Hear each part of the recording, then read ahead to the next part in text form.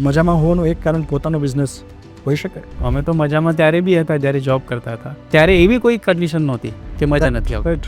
મારી વાત કરું તો બી અખબારમાં લખી લીધું, અખબાર લોન્ચ કરી લીધા, .com લોન્ચ કરી લીધું, રેડિયો લોન્ચ કરી લીધું. હવે મારા માટે કંઈ નવું નહોતું. નાનો છે પણ મારો પોતાનો ધંધો છે. મનોમંથન શું હતું? હું પ્રિપેર હતો કે મારે આ એક પોઈન્ટ ઉપર આને છોડવું છે અને મારું પોતાનું કરવું છે. મારી 7 પેઢીમાં કોઈ એ ધંધો નહોતો કર્યો. બિઝનેસ શું છે એ ખ્યાલ જ નહોતો. સૌથી મોટો જે ગુરુ છે ને એ જીવન છે. 25 થી 35 સુધી જો તમે સ્વતંત્ર ના થઈ શક્યા, જો જોબમાં જ રહ્યા, તો એક સમય એવો હોય છે કે તમારા લોહીમાં તાકાત હોય છે. એ સમય તમે કોકના ગ્રોથમાં આપી દો છો. પ્રાઇઝ કો એ પછી ખસી જનારા લોકો કેટલા? કોઈ ક્લાયન્ટ ફસકી જાય છે, દેટ મીન્સ કે તમારો ક્લાયન્ટ જ નથી. ધંધામાં લક કામ કરે ખરું? ફક્ત લકથી કશું જ ના થાય. તો બિયોન્ડ બાઉન્ડ્રીઝમાં આજે આપણી સાથે છે પોઝિટિવ પાજી કુલદીપ કલેર. કેમ છો કુલદીપ? મજામાં? મજામાં. તમે કેમ છો? એકદમ મજામાં. હવે તમે મજામાં હોય એનું એક કારણ મને એવું લાગે છે કે આપણે જોબ સાથે કરેલી છે, પણ તમે પોતાનો ધંધો હવે કરી રહ્યા છો, હું મારો પોતાનો બિઝનેસ કરી રહ્યો છું. તો મજામાં હોવાનું એક કારણ પોતાનો બિઝનેસ હોઈ શકે? ના, એવું નથી ને. તો પછી આપણને જે સાંભળી રહ્યા છે જોબ કરનારા, એ લોકો એવું સમજશે કે હવે મજામાં નથી. એટલે અમે તો મજામાં ત્યારે બી હતા જ્યારે જોબ કરતા હતા, કારણ કે ગમતું કરતા હતા અને ગમતાનું ગુલાલ કરીને અહીં સુધી પહોંચ્યા છીએ. એટલે ધંધો કરી રહ્યા છીએ એટલે એનો સંતોષ છે ખરો. અને ધંધો કઈ રીતે કરીએ એના વિશે લોકોના સવાલોના જવાબ આપતા હોઈએ છીએ. પણ ધંધો જ્યારે તમે કરો તો એક એનો એ જે મજા અને સંતોષનું કારણ એક એ હોય છે કે તમે બીજાના સંતોષનો નિમિત્ત બન્યા છો. તમે જ્યારે જોબ કરો છો ત્યારે તમે કોઈના ત્યાં કોઈએ તમને જોબ આપેલી છે, અને ત્યારે ધંધો કરો છો ત્યારે તમે કોઈને જોબ આપો છો. તમે જોબ ક્રિએટર બનો છો. તેનો જે સંતોષ હોય છે એ અલગ હોય છે. તો એ સંતોષ અને મોજ એ અલગ છે અને એ અત્યારે અમે માણી રહ્યા છીએ. મેં કુલદીપ ઓલમોસ્ટ 18 વર્ષ મીડિયા ફિલ્ડને આપ્યા, પણ મારો સ્પાન છે એ ઇલેક્ટ્રોનિક મીડિયાનો રહ્યો. ફોર એક્ઝામ્પલ ETVથી શરૂ કર્યું, ETV પછી TV9માં આવ્યો, TV9 પછી ન્યૂઝ 18 અને છેલ્લે ઝી છોડવાનો જ્યારે સમય હતો, મેં 17/4/17 દિલ્હીમાં કોન્ટ્રાક્ટ સાઇન કર્યો હતો કે હું જોઈન કરી રહ્યો છું. ત્યારે નક્કી હતી તારીખ કે હું 18/4/18 છોડી દઈશ, અને 18/4/18 છોડી દીધી હતી મેં. લોકો મૂર્ખામી વાળો ડિસિઝન કહેતા હતા, બિકોઝ ઇનપુટ એડિટર હતો અને ત્યારે તો મીડિયાનો ક્રેઝ એવો, ત્યારે આ જોબ છોડી એવું મૂર્ખામી ભર્યો નિર્ણય આવું લોકોનું માનવું હતું. પણ હું ક્લિયર હતો કે મારે બિઝનેસ કરવો છે. હું બહુ થયો, એક સિચ્યુએશન પોઈન્ટ હોય ને એ આવી ગયો હતો. કુલદીપે તો મારા કરતાં વધારે સ્પાન, મતલબ તમે પ્રિન્ટમાંય કામ કર્યું છે, ઇલેક્ટ્રોનિક મીડિયામાં પણ કામ કર્યું છે, રેડિયોમાં પણ કામ કર્યું છે. એટલે લખ્યું છે, બોલ્યા છો અને ક્રિએટિવ ડિસિઝન્સ લીધા છે રેડિયો માટે. આ બધું કર્યા પછી ક્યારે એવું થયું કે આ સિચ્યુએશન હવે બસ બહુ થયું? એટલે આવું છે ને, આજે હવે બસ બહુ થયું એને તમે નેગેટિવ સેન્સમાં પણ લઈ શકો. જસ્ટ લાઈક કોઈ વ્યક્તિ જોબ કરે છે, બરાબર, સમહાઉ એના ત્યાં ઘર્ષણ છે એની ટીમની અંદર કે એના ટોપ મેનેજમેન્ટ સાથે, કે કોઈ પણ રીઝનથી જે વ્યક્તિ જોબ કરી રહ્યો છે એ ત્યાં કમ્ફર્ટેબલ નથી. ત્યારે બી એને એવું થાય કે બસ હવે બહુ થયું, મારે નથી કરવું. એ ઘરે જાય અને ઘરે જઈને પત્નીને કહેતો હોય કે મમ્મી પપ્પાને કહેતો હોય કે પોતાના મિત્રોને કહેતો હોય કે હવે તો હું કંટાળી ગયો છું, મારે કશું નથી કરવું. કરેક્ટ. પણ આ જ્યારે તમને થાય ને આવું, જ્યારે તમે કોઈ બીજા બાહ્ય ઇન્વાયરમેન્ટના કારણે તમે સોચતા હો કે હવે મારે નથી કરવું, હવે મારાથી થતું નથી, એ ખોટું ડિસિઝન છે. બરાબર. તમે જ્યારે બિઝનેસ કરવાનો ડિસિઝન લો છો, તમે કીધું કે મેં જ્યારે ઝીમાં કોન્ટેક્ટ કર્યું ત્યારે મને ખબર હતી કે હું 2 વર્ષ પછી છોડીશ, કે જેટલા બી વર્ષ પછી છોડીશ. ત્યારે એવી કોઈ કન્ડિશન નહોતી કે મજા નથી આવતી. બરાબર, ક્લિયર હતો. પણ તમે ક્લિયર હતા. તો સેમ વે તમે, મને ઘણા લોકો મેસેજ કરતા હોય છે, યુવાનો મેસેજ કરતા હોય છે કે મારે બિઝનેસ કરવો છે કારણ કે નોકરીમાં મજા નથી આવતી. તો નોકરીમાં મજા નથી આવતી તો તમે ધંધો કરવા જશો તો એની કોઈ ખાતરી નથી કે તમે ધંધામાં પણ મજા આવે. એ ધંધા કરવાનો ડિસિઝન છે ને એ અલગ કારણોથી હોય છે. તમે માની લો કે તમને તમારામાં કોઈ ટેલેન્ટ છે અને તમે પૂરેપૂરું આપી ચૂક્યા છો, બરાબર, તમે જે જોબમાં અચીવ કરવાનું હતું એ પૂરેપૂરું અચીવ કરી ચૂક્યા છો, પછી તમારા અંદરથી એવો અવાજ આવતો હોય છે કે બસ હવે આ લેવલ પર મેં કરી લીધું, હવે હું આગળ કરીશ. એ તમને જે ડિસિઝન છે એ તમને ગ્રોથ આપે છે. મારી વાત કરું તો બી અખબારમાં લખી લીધું, અખબાર લોન્ચ કરી લીધા, .com લોન્ચ કરી લીધું, રેડિયો લોન્ચ કરી લીધું. હવે મારા માટે કંઈ નવું નહોતું. તો એક એ રીઝન હતું કે હવે બધું ઇથી તું અંત સુધી બધું જ જોઈ લીધું, હવે નવું શું? તો હું નવાની શોધમાં હતો અને નવા પડકારો શોધતો હતો, અને એ મારી જાતને મેં નવી સિચ્યુએશનમાં મૂકી, જે એ ધંધો હતો. જો હું એવું વિચારતો હોત કે ભાઈ મને ફાવતું નથી, કે મારો બોસ ખીજાય છે, કે મારા જે કી રિઝલ્ટ એરિયા છે એ પૂરા થતા નથી, તો મને મજા નથી આવતી, હવે હું ગમે તેમ કરીને છોડી દઉં, તો ઘરના લોકો તો એમ જ કહેશે કે હા બેટા તું આ ના કર, તું છોડી જ દે એને. પણ એ લોકો પાસે તમારા માટે રસ્તો નહીં હોય.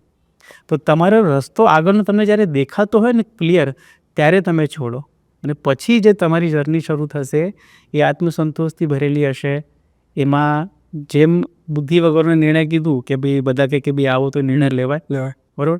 તો અમે તો જીવનમાં એવા જ બધા નિર્ણયો લીધા કે જોનારા બધા એવું જ કહેતા હતા કે આ તો બુદ્ધિ વગરનો નિર્ણય છે, રિસ્કી બધા. આવું તો કંઈ કરાય જ નહીં. પણ અમને ખબર હતી કે અમે શું કરી રહ્યા છીએ, અને એની અમને સભાનતા હતી ને એની ઓનરશિપ હતી કે સફળ થઈશું કે અસફળ થઈશું, અમને ખબર છે અમે શું કરી રહ્યા હોઈશું. તમે કહ્યું કે નિર્ણય તો લઈ લીધો, પણ નિર્ણયની રાત છે ને એ છેલ્લી રાત કે હવે હું મારી રીતે બિઝનેસ સ્ટાર્ટ કરવાનો છું.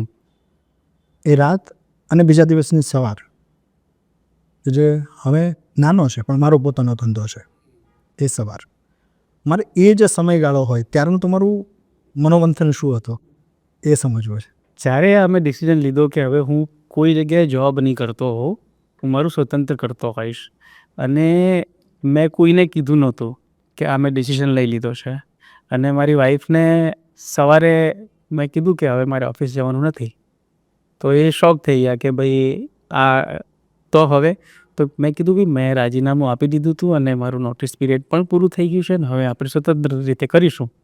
તો એને આમ આઘાત લાગ્યો કે આવો નિર્ણય લઈ લીધો અને અચાનક જ લઈ લીધો.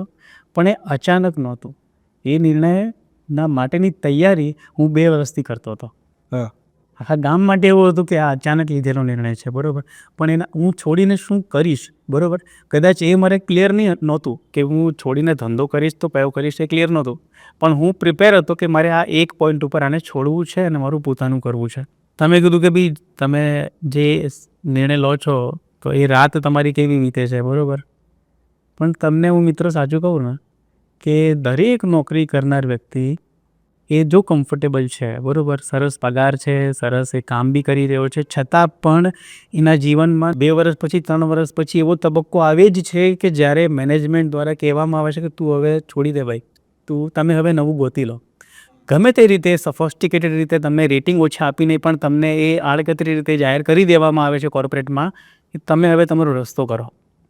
તો દરેક વ્યક્તિ જે સારું કમાતો હોય, સારા પોઝિશન પર હોય કે ન હોય, એના જીવનમાં આ તો આવવાનું જ છે, 2 વર્ષ પછી, 3 વર્ષ પછી.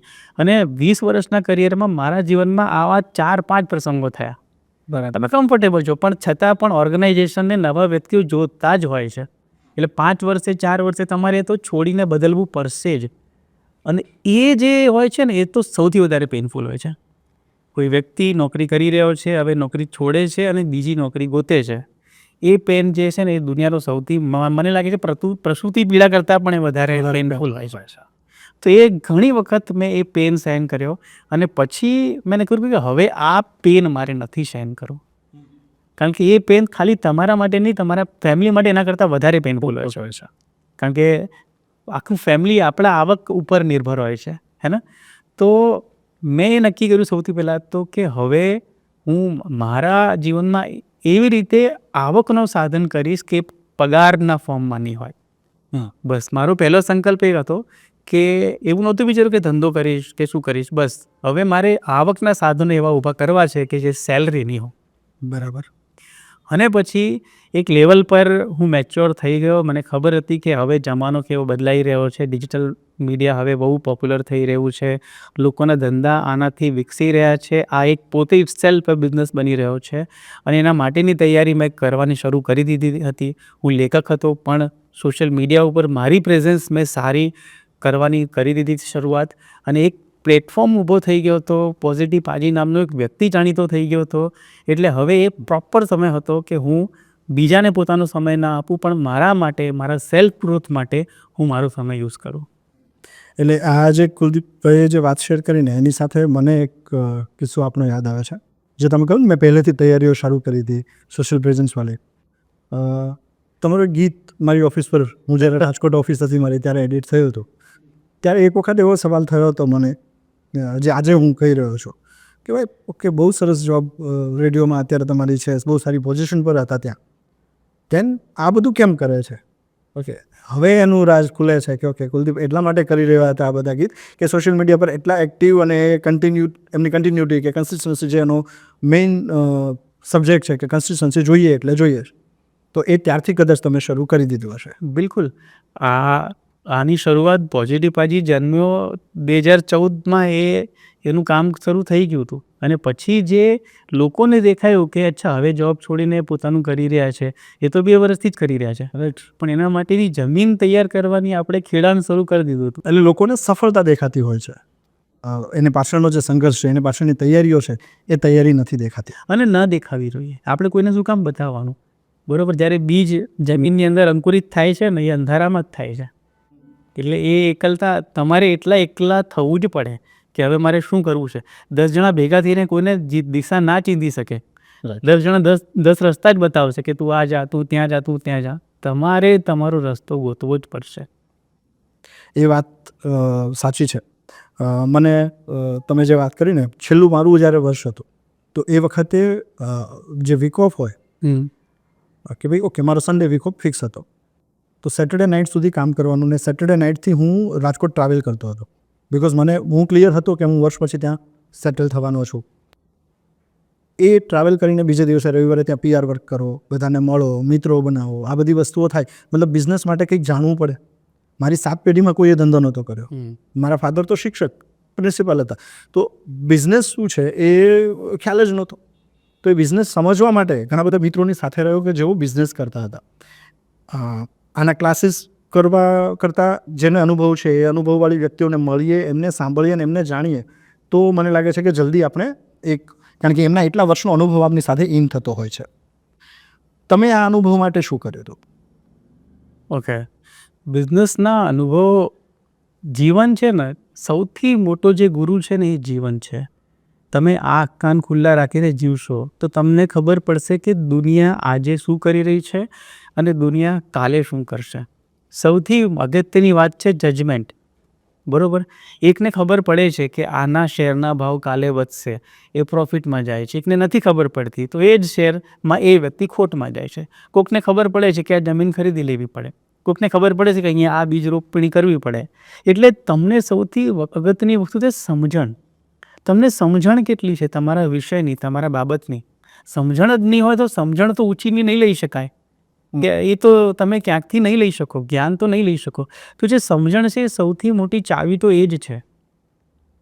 અને બીજી અગત્યની વાત જે મને લાગે છે કે લોકો કેમ નોકરી જ કરે જાય છે, નોકરીમાંથી બહાર જ નથી આવી શકતા.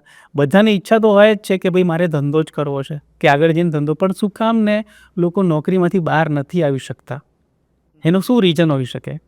તો એનો મને લાગે છે કે સૌથી મોટો રીઝન એ છે કે તમે જ્યારે પોતાનું જીવન શરૂ કરો છો, બરાબર, તમારું કરિયર શરૂ થાય છે 25થી 35 સુધી, જો તમે સ્વતંત્ર ના થઈ શક્યા, જો જોબમાં જ રહ્યા, બરાબર, તો એક સમય એવો હોય છે કે તમારા લોહીમાં તાકાત હોય છે, તમારા શરીરમાં તાકાત હોય છે, તમારા હાડકામાં તાકાત હોય છે, જે એ સમય તમે પોકના ગ્રોથમાં આપી દો છો.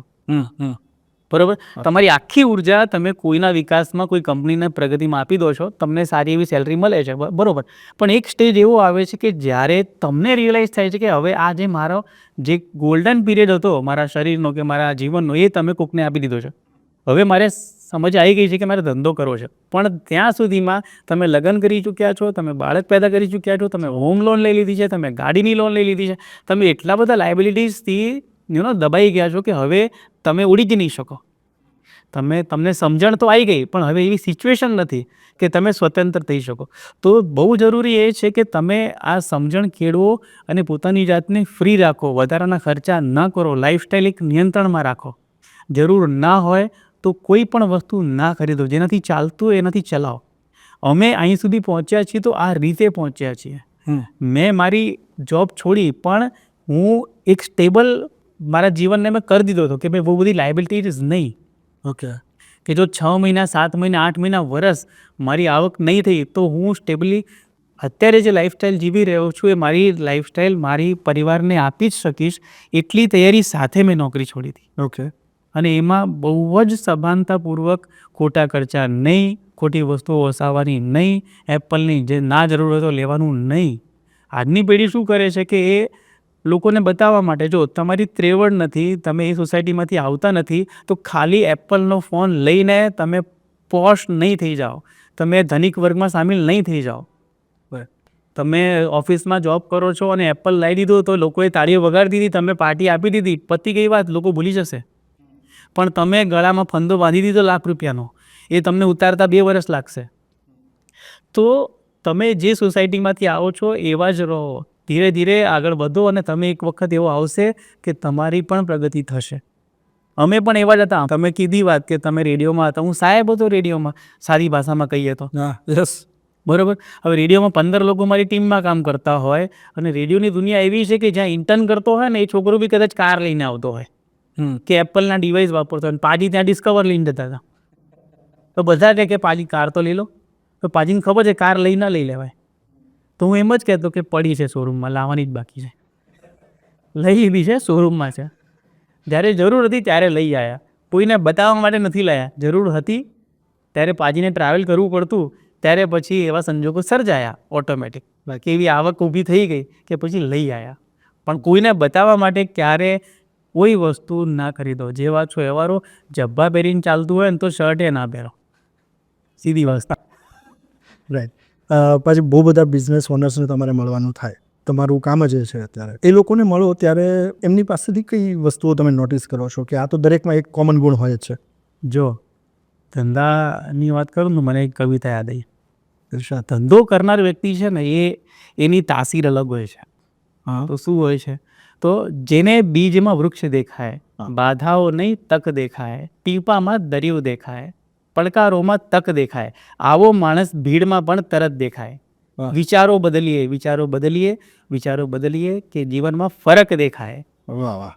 તમે વિચારો બદલો તો જીવનમાં ફરક દેખાશે. મહેનત કરીએ, મહેનત કરીને સફળતા આવે. તો જેટલા પણ હું સારા બિઝનેસમેન તો ઘણા છે, બરાબર. તમે બજારમાં ફરો એટલે તમને સોનાના ચેન ને બધા કળા પહેરીને ફરતા બિઝનેસમેન પણ દેખાઈ જશે.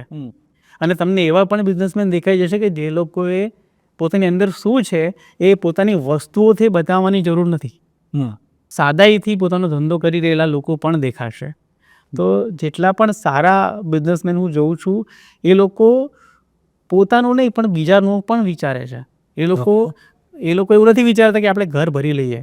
એ લોકોનું મિશન અલગ હોય છે કે ભાઈ મેં લાઈફમાં એક અચીવ કર્યું છે સ્ટેજ, હવે મારે એવું કરવું છે કે લોકોના ઘર ચાલે. મારે એવું કરવું છે કે લોકોના રોજગાર ક્રિએટ થાય. આ એક વિઝન છે, આ એક વિઝનરી વ્યક્તિનો એની એક નિશાની છે. હું હમણાં જ પિથાપુરની એક બેનને મળ્યો, ગાંધીનગરથી આગળ. એ બેન રાખડી બનાવે છે, બરાબર. પણ એ બેને એવી રીતના પોતાનો ધંધો વધાર્યો કે એ 1100થી વધારે બહેનોને રાખડી આપવાનું કામ આપે છે, બનાવવાનું. ઓકે, બરાબર. હવે 2 વર્ષ પહેલાં જ્યારે મળ્યો હતો ત્યારે 1100 બહેનોને કામ આપતા હતા. રિસન્ટલી એમનો ફોન આવ્યો હતો રાખડી ઉપર, તો 3000થી વધુ બહેનોને કામ આપે છે. વાહ. તો આ વિઝન છે.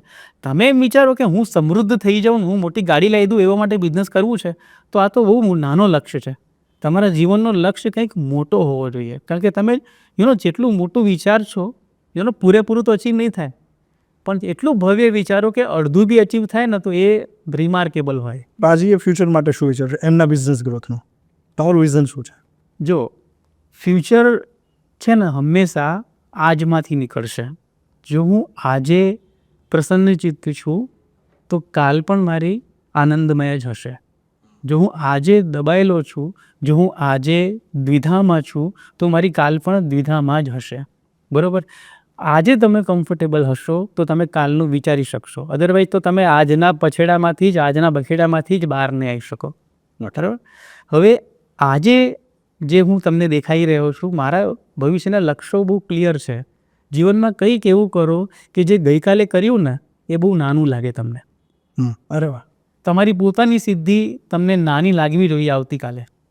બસ તમને આગળના વર્ષોમાં એવી રીતના અમારા કામો દેખાશે કે તમે અત્યાર સુધી જે પોઝિટિવ પાજીને કરતા જોયો છે ને એ બહુ વસ્તુ લાગશે. આ તો બહુ નાનું હતું જે પાજી કરતા હતા. અને પાંચીને પોતાને એ ફીલ થશે કે હું આ કરતો હતો, મતલબ આખી જર્ની દેખાશે. બિલકુલ.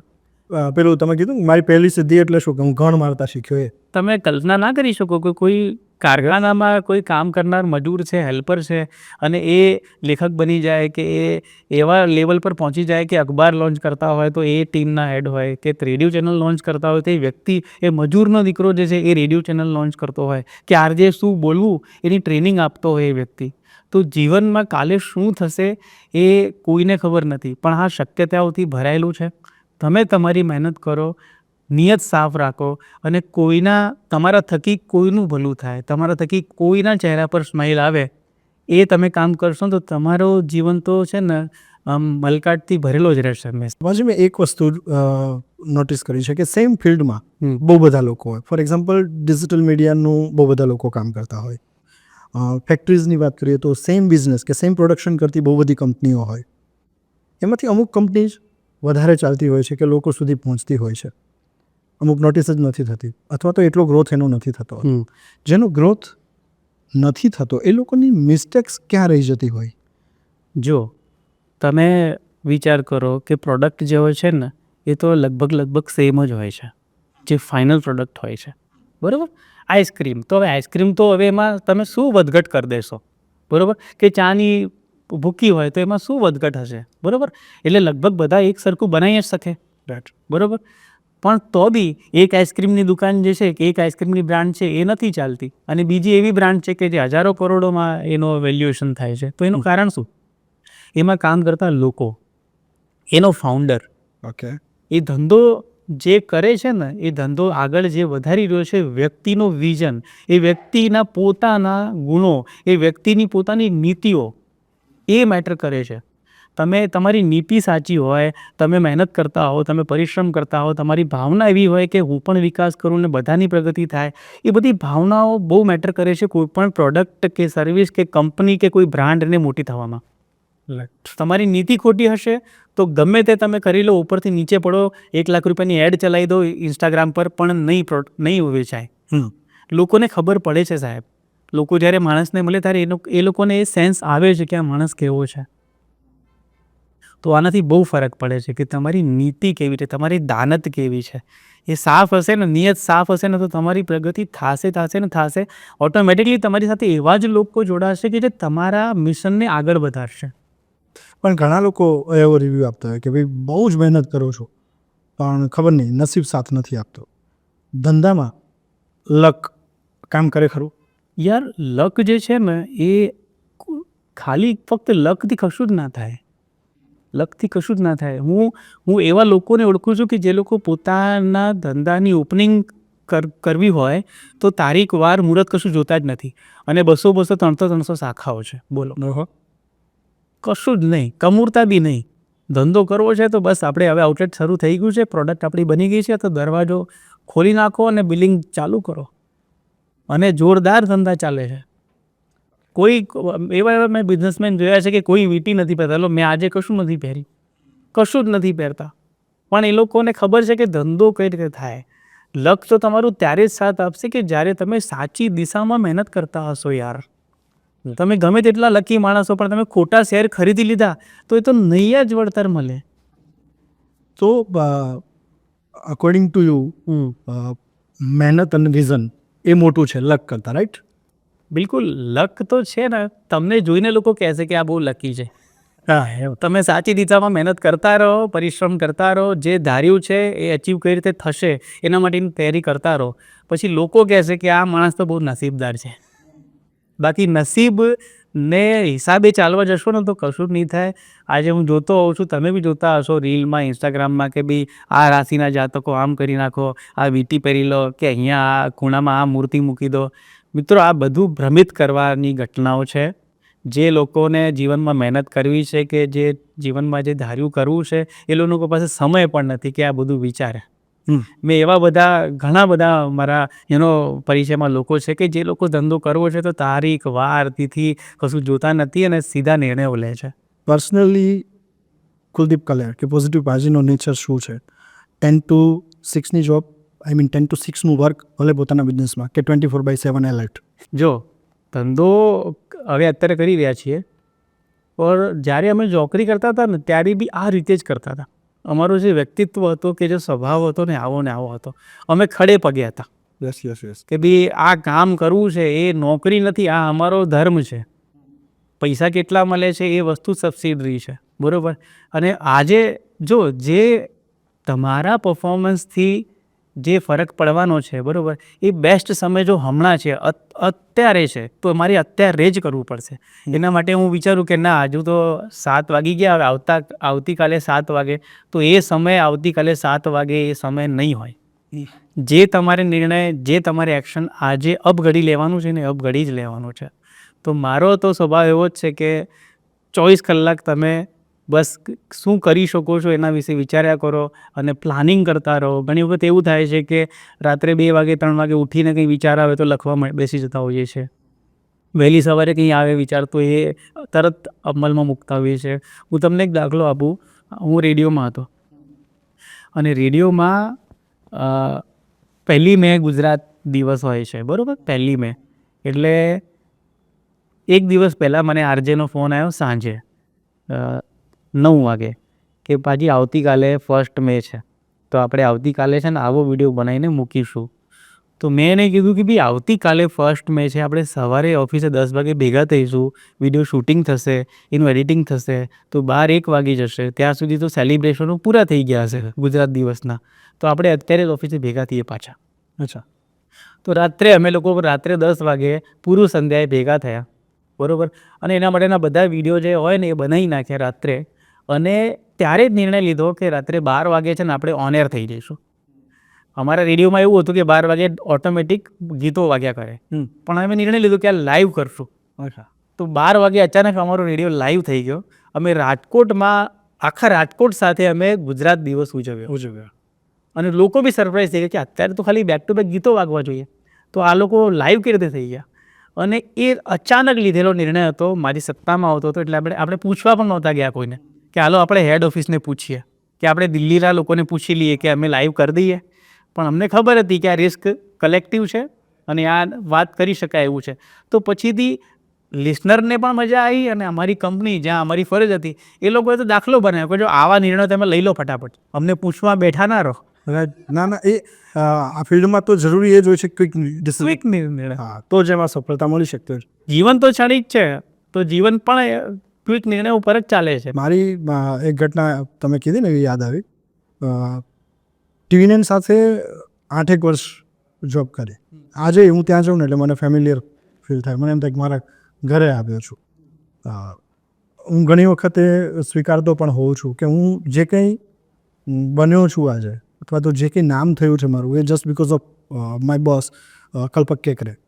બિકોઝ એમનું છે ને રિજેક્શન સોલિડ આવતું કે હું બહુ જ મહેનત કરીને એકદમ ક્રિએટિવલી કોઈક પ્રોમો તમે ડિઝાઇન કરીને લઈ ગયા હોય અને 1 સેકન્ડમાં કહી દે ના મજા આવી, કુછ ઓર કરો. એ કુછ ઓર કરો કહી દે, પછી કુછ ઓરમાં શું કરવાનું નહીં તો આપણે જગીને વિચારવાનું છે. તો એ વસ્તુના કારણે આઉટ ઓફ ધ બોક્સ વિચારતો થયો, ડિસિઝન લેતો થયો. એટલે ત્યાં તો પછી કેવું એકદમ મને ઘર જેવું ફીલ થતું. તું આપણે સાથે ત્યાં કરેલું છે કામ. અરે યાદ છે આપણે રથયાત્રા હોય એટલે શું માહોલ જ આટલો જુદો હોય. મેં જોબ છોડવાનો છેલ્લો દિવસ અને અંદર ગયા કેવિન માસરની, અને સેમ ટાઈમ એક બ્રેકિંગ આવ્યું આનંદીબેનનો લેટર કે ભાઈ એમણે જાહેર કર્યું, એમને જાહેર કર્યું હતું સોશિયલ મીડિયા. યસ. એટલે અંદર કહેવા માટે ગયો હતો કે હવે હું કાલથી કે આવતા મહિનાથી નહીં આવું. અને એ લેટર આવ્યો એટલે ઇન્સ્ટન્ટ ખબર જેવી પડી એટલે તરત બહાર. ને તો છોડવાનું હતું તો મારે શું, આ એક આપણી અંદર હોય, પણ એ નહોતું એમ. બહાર આવ્યા, અડધી પોણી કલાક કે 1 કલાક સુધી એના ઉપર ન્યૂઝ રન કર્યા, બધાના ફોનો લીધા. એ બધું જ કર્યા પછી અંદર ગઈને પછી સાહેબને કીધું કે બસ હવે ગ્રોથ માટે કોઈક એક જગ્યાએ મૂવ ઓન થવું છે અને આ એક ડિસિઝન છે. તો ત્યારે મારે શું આ વાળી ભાવના જો મેં નોકરીમાં પણ નથી રાખી, તો જેમ તમે કીધું કે ભાઈ કાલે નહીં આજે જ, તો એ બિઝનેસ પર્સનમાં હોનારો સૌથી મોટો ગુણ હોવો જોઈએ. ફોર એક્ઝામ્પલ બિઝનેસ અને માર્કેટિંગ આ બંને એક સિક્કાની 2 બાજુ છે. તમને બહુ બધા ડીએમ આવતા હશે કે પાજી તમારી સાથે વિડીયો બનાવો છે, કારણ કે તમે જે વિડીયો બનાવો છો ને બધાને બિઝનેસમાં ફાયદો થતો હશે, તો બીજા લોકો આવે કે ભાઈ અમારે પણ બનાવો છે, અમારે પણ તમારી સાથે કામ કરવું છે. ડીએમ તમને આવ્યા પછી તમે પ્રાઇઝ કહો એ પછી ખસી જનારા લોકો કેટલા? હું બહુ ક્લિયર છું કે મારે શું કરવું છે, હું બહુ ક્લિયર છું કે મારે કોની સાથે કામ કરવું છે, બરાબર. એટલે તમે એમાં ચૂઝી હોવ છો કે આ બિઝનેસને હું પ્રમોટ કરીશ, આ બિઝનેસ નહીં કરું. અમને આવતી 90% ઇન્ક્વાયરી અમે રિજેક્ટ કરી દઈએ છીએ અથવા તો એન્ટરટેન નથી કરતા. ઓકે, બરાબર. અને બીજું, પ્રાઇઝ ફેક્ટરમાં હું પડતો નથી. હું કોઈની સાથે કમર્શિયલ ડિસ્કશન કરતો નથી. હું બસ સિલેક્શન કરું છું કે આની સાથે અમે કામ કરીશું. બાકીનું બધું કામ જે છે ને એ મારી ટીમ કરતી હોય છે. એક વખત મેં સિલેક્ટ કરી દીધું ને કે આ કરવાનું છે, પછી એ પછી ફ્રી બી હોઈ શકે. અચ્છા, એ ફ્રી બી હોઈ શકે કે અમારા સ્ટાન્ડર્ડ રેટ કરતાં અડધા રેટમાં બી હોઈ શકે, અને એ સ્ટાન્ડર્ડ રેટ કરતાં ડબલ રેટ બી હોઈ શકે, ઓકે, કે અનએક્સપેક્ટેડ 10 ગણા રેટ પણ હોઈ શકે. બરાબર. તો જે પ્રાઇસ છે ને એ મેટર નથી કરતો જો તમે પ્રોપર ક્લાયન્ટ સુધી પહોંચ્યા છો. જો તમારો પ્રાઇસ સાંભળીને કોઈ ક્લાયન્ટ ફસકી જાય છે, દેટ મીન્સ કે તમારો ક્લાયન્ટ જ નથી. સિમ્પલ. તમે એવું વિચારો કે આપણો ક્લાયન્ટ જ નથી, તમે એને પોતાનો ક્લાયન્ટ બનાવવા માટે ક્યારે પ્રયત્ન કરો નહીં. અમે ક્યારે બી અમારી ટીમ કોઈ પણ વ્યક્તિને કે ક્લાયન્ટને વળતો કોલ નથી કરતા કે તમે વિચાર્યું શું કરવાનું છે તમે હવે. નો, વી નેવર કોલ એનીબડી. મારું ક્લાયન્ટ છે, એ મારી પાસે આવ્યો પછી એ મારો જ થઈ જાય છે. અને મારે તો નક્કી જ છે કે મારે વધારે હદ વગરના ક્લાયન્ટો ભેગા કરવા જ નથી. તો આ વસ્તુ છે ને દરેક ધંધાને લાગુ પડે છે. તમે જુઓ, હું એઝ એ કોઈ ફ્રેન્ચાઇઝી બિઝનેસ ઉપર આ દાખલો આપું તો તમે એવું વિચારો કે હું સિલેક્ટેડ લોકોને જ ફ્રેન્ચાઇઝી આપીશ. હું સિલેક્શન કરીશ. પહેલાં તમારી બ્રાન્ડ એવી ક્રિએટ કરો, તમારી પ્રોડક્ટ એવી ક્રિએટ કરો કે તમે સિલેક્ટ કરો કે ભાઈ આને મળશે, આને નહીં મળે. ના કે આવી જાઓ 10 લાખ આપો ફ્રેન્ચાઇઝી લઈ જાઓ, પતી ગઈ બ્રાન્ડ પતી ગઈ.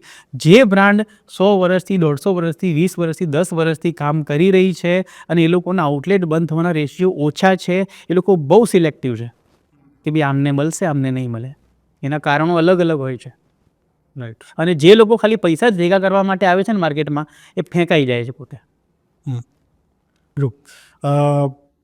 પર્ટિક્યુલર હું જે કામ કરી રહ્યો છું, મારું કન્સેપ્ચ્યુઅલ બ્રાન્ડિંગનું કામ છે.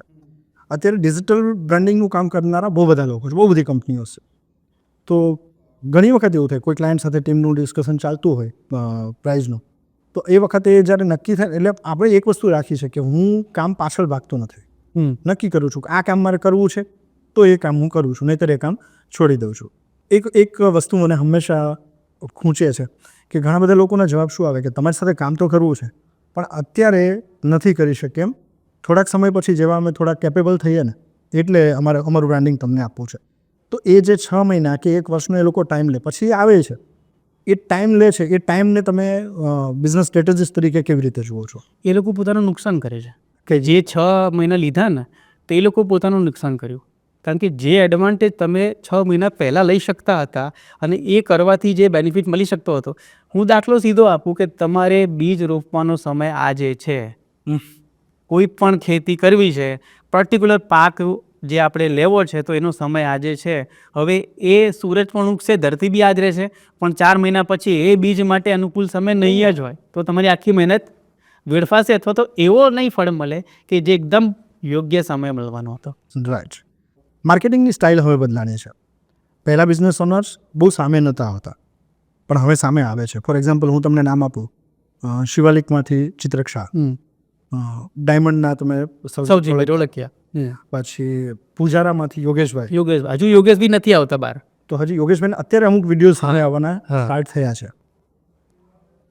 બિઝનેસ પર્સન હવે ખુલીને બોલતા થયા છે, એની બિઝનેસ પર કેવી પોઝિટિવ અસર પડે? જો લોકો છે ને હવે જાણવા માંગે છે કે આ જે પ્રોડક્ટ કે સર્વિસ કે હું યુઝ કરી રહ્યો છું, કે આ જે પૈસા ખર્ચ્યા છે મેં, તો આ બ્રાન્ડનો ફાઉન્ડર કોણ છે, લોકોને હવે છે ને જાણવું છે. થોટ્સ યસ, એક આ છે કે ભાઈ આજે હું જે પણ પ્રોડક્ટ સાથે જોડાયો છું એ ઊભી કરનાર, એ કંપની ઊભી કરનાર કોણ છે. તો લોકોમાં ક્યુરિયોસિટી વધી છે આપણી જનતામાં પોપ્યુલેશનમાં એક એજ્યુકેટેડ વર્ગ વધ્યો છે કે જેને ડીપલી જાણવું છે કે આ બ્રાન્ડ જે છે એ કઈ રીતે કામ કરે છે. તો એ ક્લિયરલી વિઝન સાથે ફાઉન્ડર જ બતાવી શકે. તો હવે એનો જે સમય છે ને, મને લાગે છે કે આવનારા 3-4 વર્ષ એવા છે કે જેમાં ફાઉન્ડર પોતે ફ્રન્ટ પર હશે. એક સમય એવો હતો કે જે બિઝનેસ એસ્ટાબ્લિશ કરનાર એવું બોલતા કે હું તો પડદા પાછળ રહું છું, પણ હવે એવું નહીં ચાલે. એક વધારાનો લોડ કહો તો લોડ એ તમારે લેવું પડશે, તમારે પડદાની ઉપર આવવું પડશે. આમને આમ પેલા ચશ્મા વેચનારા કે શાદી કરાવનારા એ ટીવી પર જઈને નથી બેઠા, એ લોકો પોતાની બ્રાન્ડિંગ કરી રહ્યા છે. એટલે તમારે પણ લોકોની સમક્ષ આવવું પડશે. તમારે વિચારો, તમારા વિઝન, તમે કઈ રીતે કામ કરી રહ્યા છો, તમે કઈ રીતે મોટી કંપની ઊભી કરી, એ બધું તમે શેર કરો. એટલે તમારી કંપનીની એ બ્રાન્ડિંગ છે, એનાથી કદાચ કસ્ટમર બે નહીં વધે, પણ કંપનીને ફોલો કરનારા, કંપનીમાં બિલીવ કરનારા લોકો વધશે. તો આ એક બ્રાન્ડિંગનો પાર્ટ છે, એ તમારી પ્રસિદ્ધિ વધારે છે. તો તમે સીધો દાખલો આપું કે કોઈ વ્યક્તિ તમે પૈસા આપીને, ઇન્ફ્લુએન્સર હાયર કરીને, તમે ફીસ આપીને એ તમારા વિશે બોલશે, તો એ સારું બોલશે કે તમે પોતે બોલશો એ સારું હશે?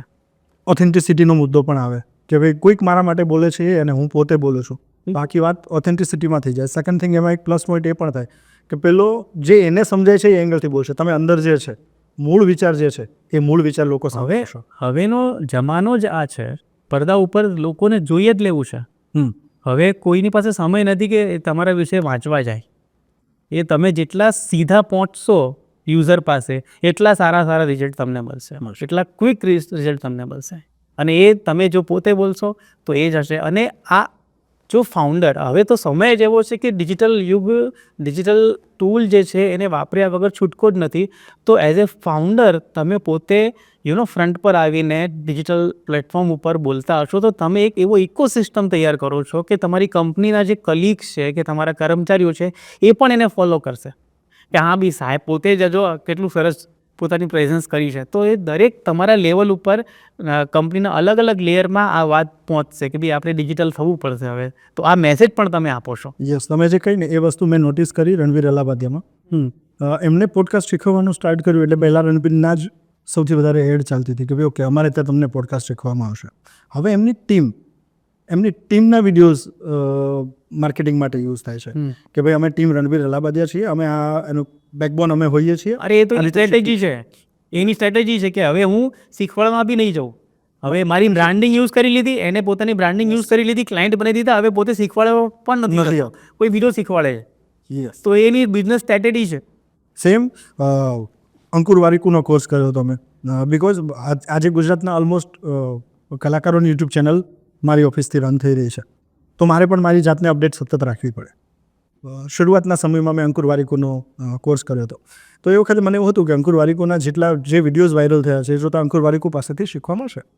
અમુક કલાકનું જ અંકુર વારીકુનું કોન્ટેન્ટ આવે, બાકી તમને એની ટીમ કહો કે ગ્રાફિક્સ તો જનરલી ચાલી જાય. આ થશે. હું તમને આ જેટલા બી મિત્રો જોઈ રહ્યા છે ને, હું તમને કહું છું કે જેટલા બી લોકો આવા કોર્સિસ ચલાવે છે ને, એમાં ભાગ્યે જ કોઈ જેન્યુઅનલી શીખવાડી પણ શકે છે. જો એક વસ્તુ હોય છે કે તમે કરી લીધું, તમે સિદ્ધિ હાંસલ કરી લીધી, હવે જરૂરી નથી કે વસ્તુને ડીકોડ કરીને એ બહુ સુંદર રીતે એ જ્ઞાનને વહેંચી પણ શકતો હોય.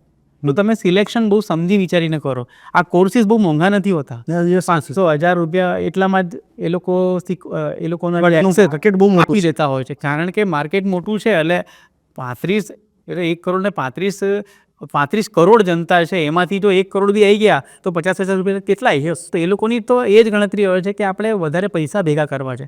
તો તમે જો આવું કોર્સ સિલેક્ટ કરો છો તો તમે જુઓ કે ભાઈ કોઈએ કર્યું હોય તો રિવ્યૂ જાણી લો કે આમાં ખરેખર શીખવા મળ્યું. કારણ કે ઘણા બધા કોર્સિસ, ઘણી બધી પુસ્તકો આ જાણીતા ઇન્ફ્લુએન્સરોની છે, પણ એના રિવ્યૂ બહુ ખરાબ છે કે આમાં તો બધી જેનરિક વાતો લખી છે કે સવારે વહેલા ઉઠો. હવે હું તમને કહું કે હું તમને શીખવાડીશ કે જીવનમાં પ્રગતિ કેમ કરતો, પછી હું એમાં એ શીખવાડું કે સવારે અર્લી મોર્નિંગ ઉઠો. તો આ તો યાર ચીટિંગ છે. પણ કેવું છે, લોકોને પણ એક એમની સાયકોલોજી કહો કે એમની મેન્ટાલિટી કહો, એવું હોય છે કોઈ કહેનાર જોઈએ, કોઈ કે પપ્પા છે. હા, તો જે નવી વાત હોય ને ત્યાં જાઓ. અને કારણ કે આ વાત નીકળી છે કે આપણે શીખવા માંગીએ છીએ, તો તમારી આસપાસના લોકોને પકડો, દૂરના લોકોને ના પકડો. આપણા ગુજરાતની અંદર ઘણા બધા મારા જેવા 525 છે, હું એકલો નથી. અને બીજું ધંધા કરનારા બી ઘણા બધા છે કે જે લોકો પ્રેઝન્સ સારી કરીને પોતે સ્ક્રીન પર બતાવી રહ્યા છે. તો એવા લોકોને સંપર્ક કરો, એવા લોકોને ડીએમ કરો. ઘણા બધા મને ડીએમ આવે છે, એમાંથી હું બધાને નહીં પણ અમુક લોકો સાથે તો વાતચીત કરતો હોઉં છું. તો તમે એવા લોકોની સાથે પકડો અને 1 to 1 વાત કરવાની ટ્રાય કરો, તો એ લોકો વધારે તમને ઇન્સાઇટ્સ કહેશે. કુલદીપને બહુ બધા લોકો ફોલો કરતા હશે, ત્યાં બહુ બધા લોકો એવું કહ્યું કે એમના જેવું કંઈક કરવું છે, જાણવું છે, એવું સમજવાનો પ્રયત્ન કરતા હશે. પર્સનલી બિઝનેસ એંગલથી કોને ફોલો કરવું ગમે કે કોની વાતની તમારા પર ઇમ્પેક્ટ પડે? હું પર્ટિક્યુલર એવું કોઈ વ્યક્તિને નથી ફોલો કરતો, પણ મારું છે ને, મારી વૃત્તિ એવી છે કે હું જેને મળું કે એ મેટર નથી કરતો કે એ વ્યક્તિ કેટલો મોટો ધંધો કરી રહ્યો છે.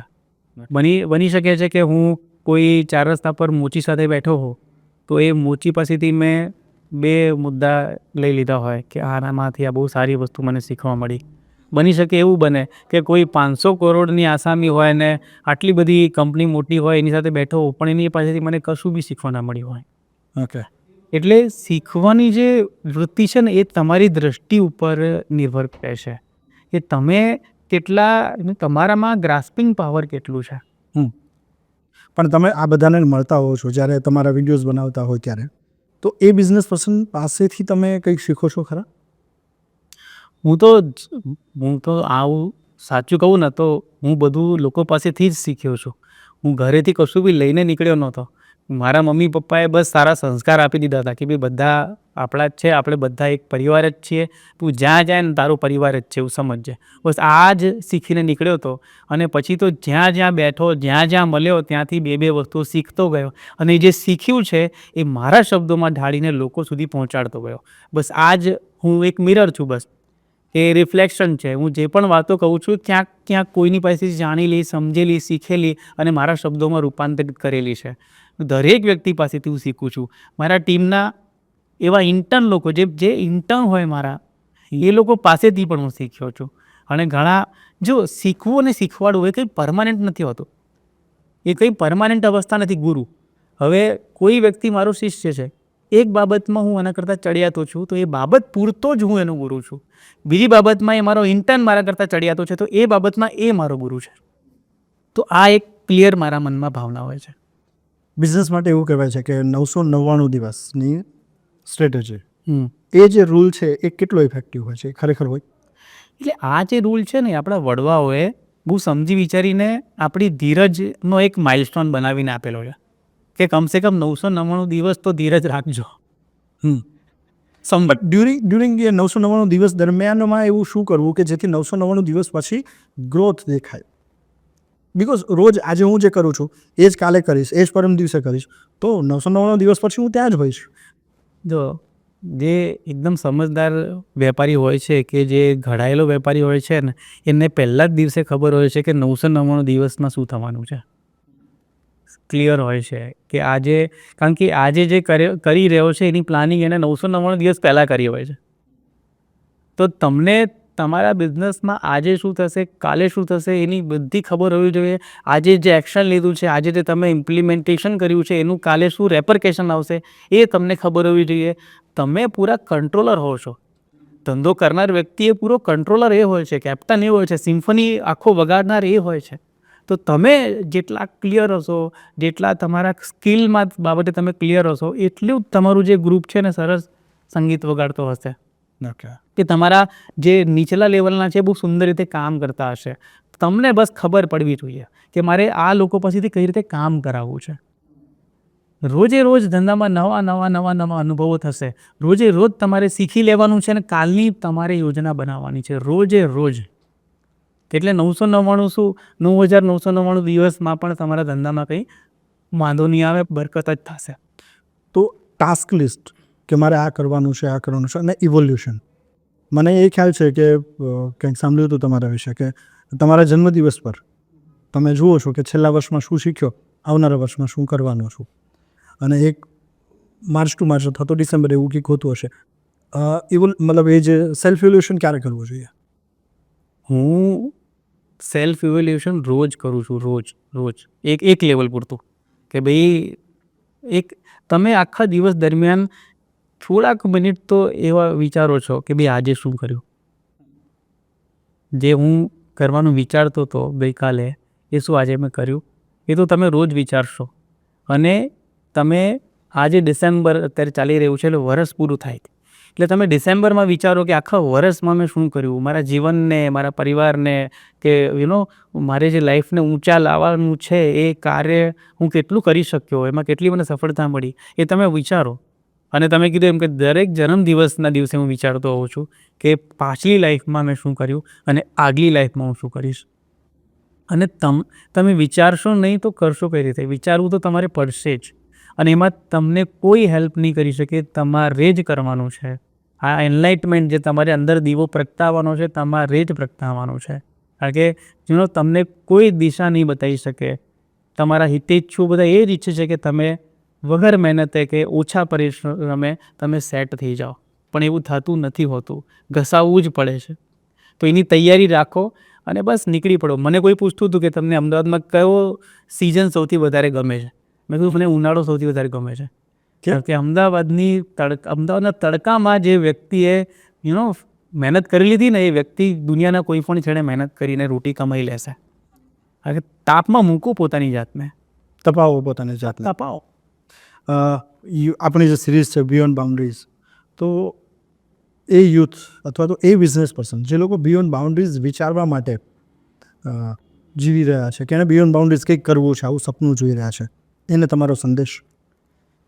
જો બિયોન્ડ બાઉન્ડ્રી જ્યારે કહેવામાં આવે ને, ત્યારે હું એને એ રીતે લઉં છું કે મારી સીમાઓ ક્યાં છે એ મને ખબર હોવી જોઈએ.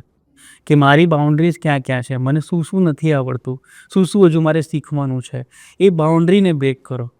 જો એક સમય એવો હતો કે ભાઈ હું ખાલી લેખક હતો, તો મેં મારી બાઉન્ડ્રીને તોડી, હું ડિજિટલમાં ગયો, હું ટેલિવિઝનમાં કામ કરવા ગયો, એ પણ શીખી લીધું, એ પણ તોડ્યું, પછી રેડિયોમાં કામ કરવા ગયો. તો તમારી બાઉન્ડ્રીઝ, તમારી કમ્ફર્ટનેસને તોડો, નવું શીખો, તો તમે એક એવા વ્યક્તિ બનશો કે જેને કોઈ સીમાડા નહીં હોય. તમે જો બેસી જજો કે હા હવે તો મળી ગયું, અચીવ કરી લીધું, હવે તો સુખ શાંતિ મળી ગયું છે, તો કશું જ નહીં થાય. જે પામેલા છો એ પણ જતું રહેશે હંમેશા. અને આ જે તમે બિગ બીને જુઓ, અમિતાભ બચ્ચનને જુઓ, આજે પણ આટલા વર્ષે પણ એક કામ કરી રહ્યા છે. અને બીજા ઘણા બધા યંગ આર્ટિસ્ટો છે કે અભિનેતા છે, એ લોકોને કામ નથી મળતું, પણ બિગ બી પાસે કામ ખૂટતું નથી. કારણ કે એ વ્યક્તિ આજની તારીખમાં પણ આટલા વયોવૃદ્ધ થયા તો પણ એ કેટલા કર્મઠ છે. તો કામે લાગેલા રહો. થેન્ક યુ કુલદીપ, બહુ બધી મજા પડી તમારી સાથે વાતો કરવાની, અને આઈ હોપ બિયોન્ડ બાઉન્ડ્રીઝ વાતો કરવાની તમને પણ મજા પડી હશે. બહુ જ મજા આવી અને તમારા દર્શકો સાથે વાત કરવાની.